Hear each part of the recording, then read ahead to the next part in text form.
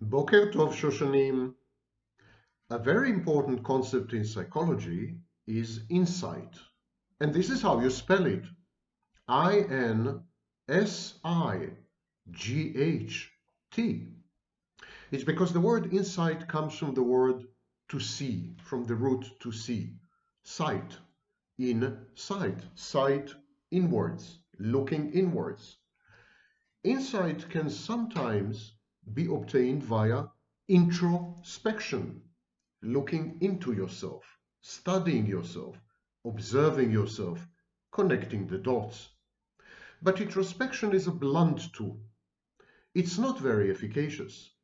And the reason is that you're full of biases, you're full of prejudices, resistances to the truth, and defense mechanisms which falsify reality in order to render it palatable. So there are many obstacles to insight if you were to use only introspection. And that's why people go to therapists. I like that one. People go to therapists in order to secure insights. The therapist's role is to make the patient see things differently, familiar things. The patient has certain beliefs, certain values.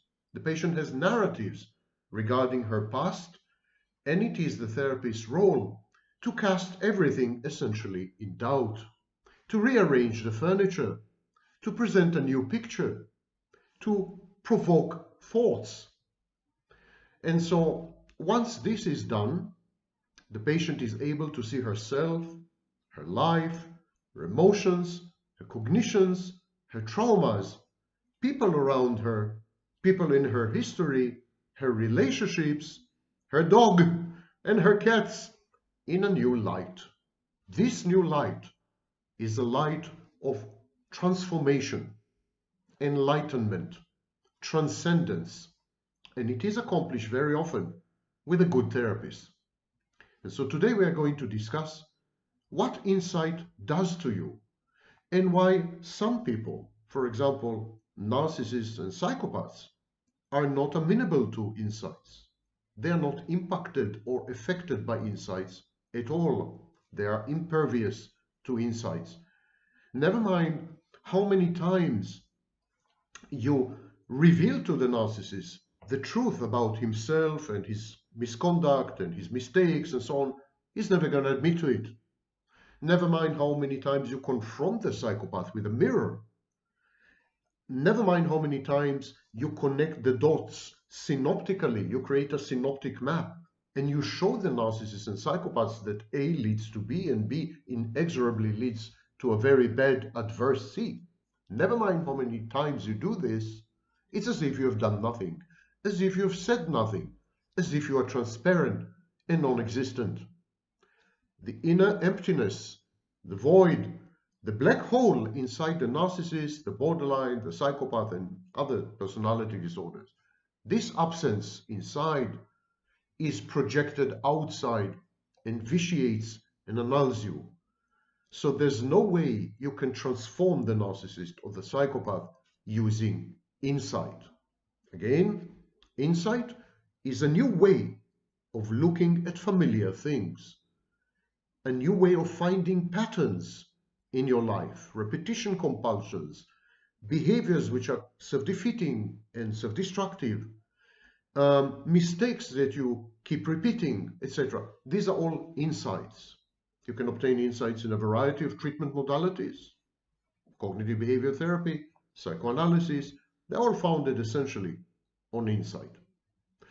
My name is Sam Vaknin, and I'm very insightful, and I wrote a book about my insights. It's titled Malignant Self-Love, Narcissism Revisited. It's the first book ever to describe narcissistic abuse in the 1990s. Consequently, I became a professor of psychology, which admittedly is not a very insightful thing to do, although professors of psychology do incite other people to all kinds of things.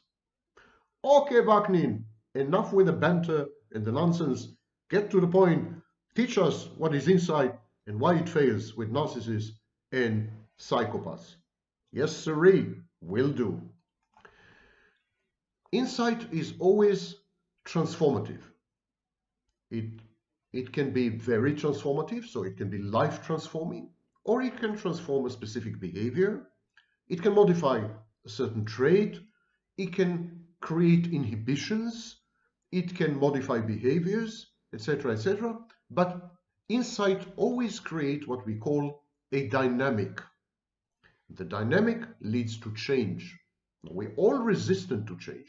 We all hate to change. We all love and cherish our comfort zones. They're called comfort zones because we feel comfortable inside these zones. We feel egosyntonic. Insight, transformation, and change challenge all this. So initially, there's always resistance to insight, always aggression directed, for example, at the therapist when the therapist offers insight. Most insights are perceived as uncomfortable, upsetting, unsettling, wrong, because they challenge long-held beliefs, biases, prejudices, and entrenched narratives in the lives of the patient. As you see, even I am resistant to insight.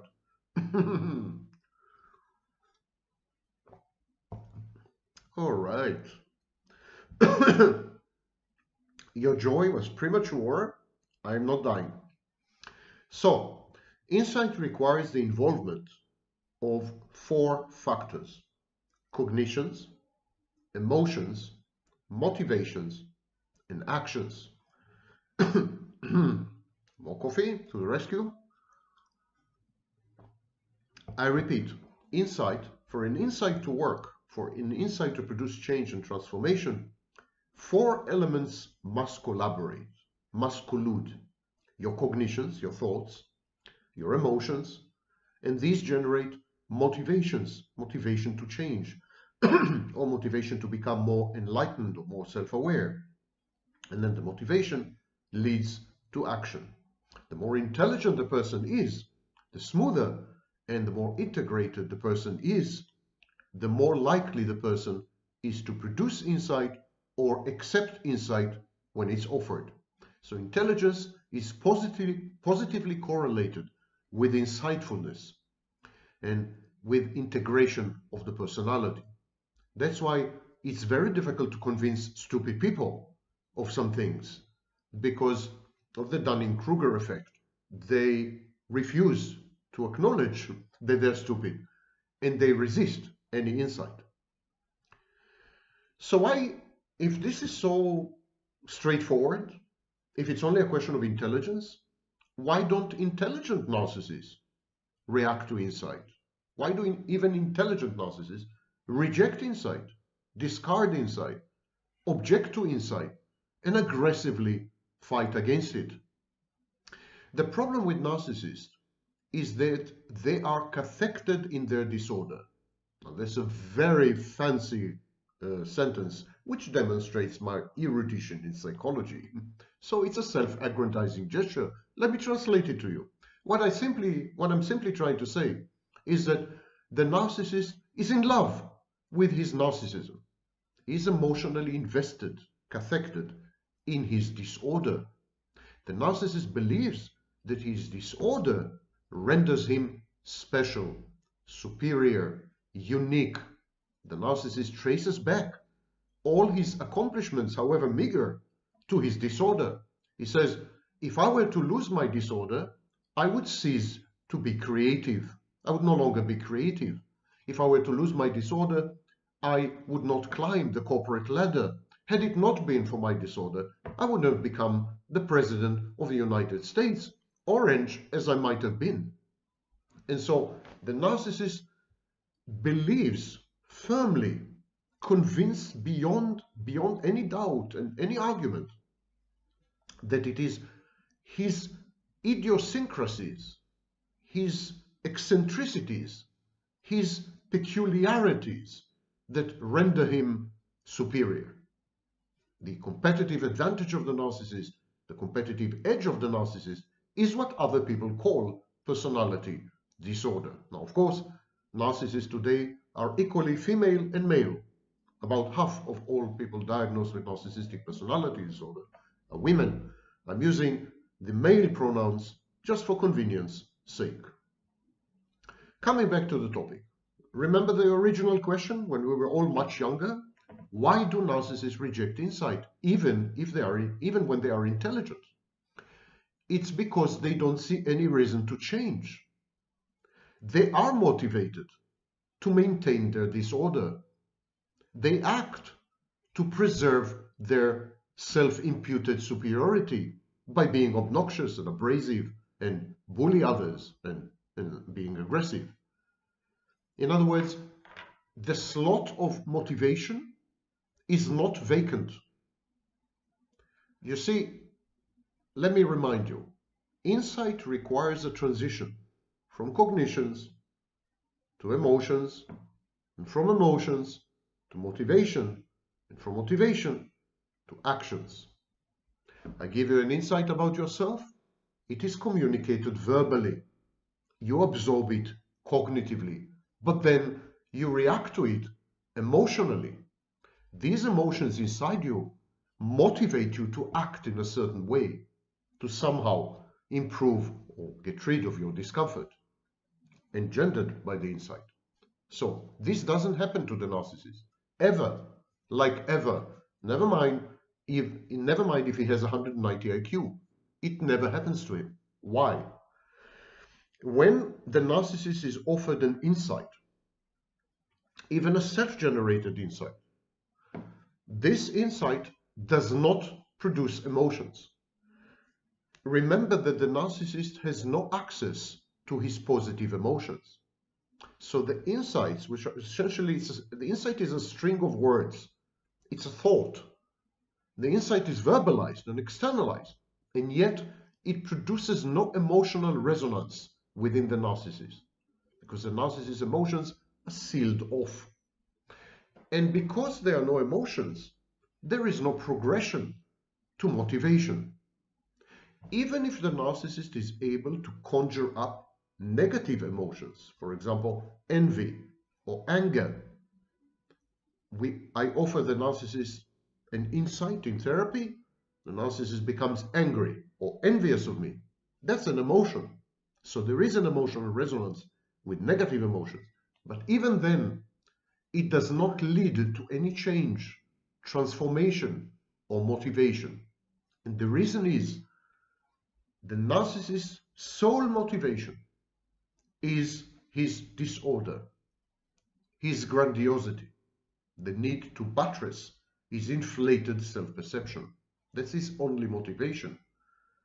So there's no vacancy when it comes to motivation and no ability to provoke motivation or to evoke motivation in the narcissist. The narcissist is motivated to perpetuate his disorder. End of story. The cathexis, the emotional investment in the disorder, precludes any other dynamic. We could say that the narcissist has a low kinesis, has a low kinetic personality, low organization, but also low kinetics. His personality is not dynamic. It's very rigid, to use the words of the Diagnostic and Statistical Manual. Because it's rigid, there are no moving parts. It's not a mobile, like an art mobile. It's more like a sculpture.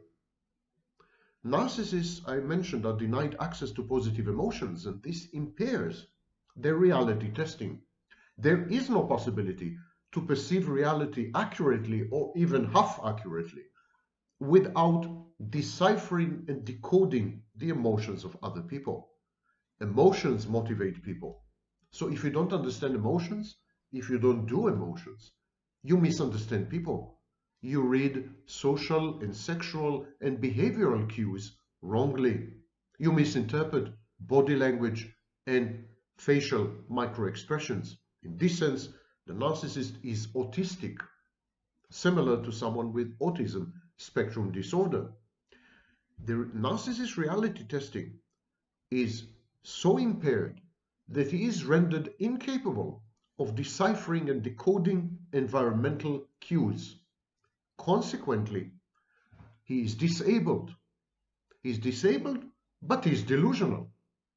And because he is disabled, he is very loath, he is very averse, he's very much against exiting his comfort zone. The narcissist feels safe only within his comfort zone. His comfort zone is protected by a firewall, by a fortress of delusionality, his grandiosity. Narcissists are hurt-averse. They're afraid of pain. They're terrified of venturing out or of changing because it's going to end up badly. They're going to get hurt. They don't want to get hurt because they're 2 years old.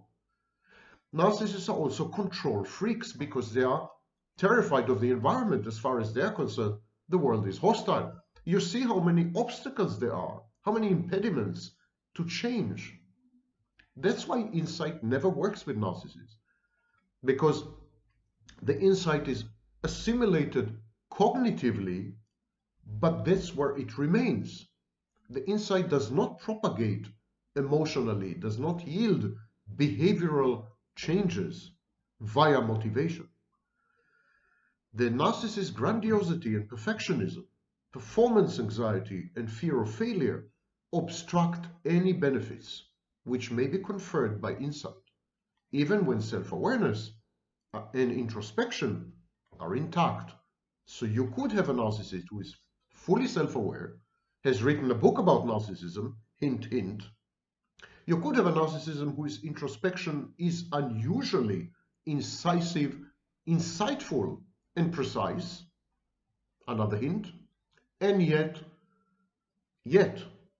all this insight remains mere words, totally cognitive, no emotional resonance or reaction, no change in motivation, and no change in behavior. And of course, the same applies with double the force to psychopaths. Insights, therefore, are useful, ironically, mostly with healthy people. When we come to mental illness, insight is pretty useless. At the beginning of psychoanalysis, Freud and his predecessors had suggested that gaining insight via talk therapy could induce healing. But even they did not say that gaining insight necessarily results in motivation and behavioral change. They described the whole process as totally autonomic and automatic, not involving necessarily behavioral changes, choices, and decisions. So the patient would come into the session, psychoanalytic session, or whatever, Adlerian, Jungian, Freudian, doesn't matter. He would come to the session and he would talk about his past traumas, his childhood, his parents, etc., etc. And then at some point, he would gain insight. This insight would be transformative in the sense that it would heal some wounds and would allay or mitigate or ameliorate the trauma. But in very few cases does it produce long-term behavioral changes.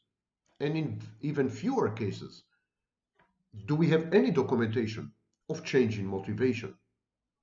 Insight is extremely useful if you are sufficiently healthy to manage it, assimilate it, react to it emotionally without fear, and then change yourself, your behaviors and actions. But then if you do all this, you're healthy. Maybe you don't need insight after all. And that's the paradox at the core of psychotherapy. The healthier the patient, the more we can help the patient. But healthy patients don't need help.